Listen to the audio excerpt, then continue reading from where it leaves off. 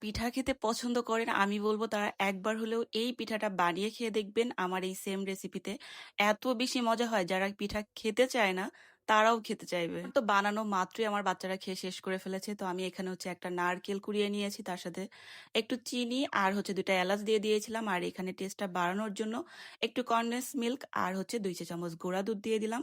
আর এই তো এটা এখন মাঝারি জালে এটা আমি পুর তৈরি করে নিয়েছি। এখানে আমি খামিরটা তৈরি করে নিব। তো আজকের খামিরটা আমি এখানে দুধ দিয়ে করব। তো দুধের মধ্যে স্বাদ মতো লবণ দিয়ে এখানে চাউলের গুঁড়াটা দিয়ে দিলাম। আর এই তো এটা ভালো করে আমি মথে নিয়েছি। এটা ভালো করে মথে নিলে কিন্তু পিঠাটা অনেক সময় পর্যন্ত সফট থাকবে। আর দুধ দিয়ে করার কারণে এমনিতে এটা সফট থাকবে আর খেতে অনেক বেশি টেস্টি হবে।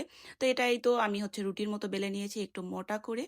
আর যেভাবে পুলি পিঠা বানানো হয় সেম ভাবে আমি বানিয়ে নিচ্ছিলাম। মাঝখানে পুর দিয়ে 2 সাইড দিয়ে কেটে নিয়েছি। আর আমি সুন্দর একটা ডিজাইন পারি, আর আমি আমার পছন্দ মতো এই ডিজাইনটা করে নিয়েছি।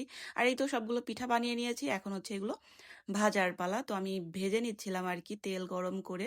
আর এই তো উল্টে পাল্টে ভেজে নিচ্ছিলাম। আর এই পিঠাগুলো দেখতে এত বেশি ভালো লাগে, তার থেকেও বড় কথা এই পিঠাটা এত বেশি মজা হয়েছিল। আমি তো অনেক খাইছি, আমি ডায়েটে আছি, তারপর আমি এটা খাওয়া বাদ দিতে পারি নাই।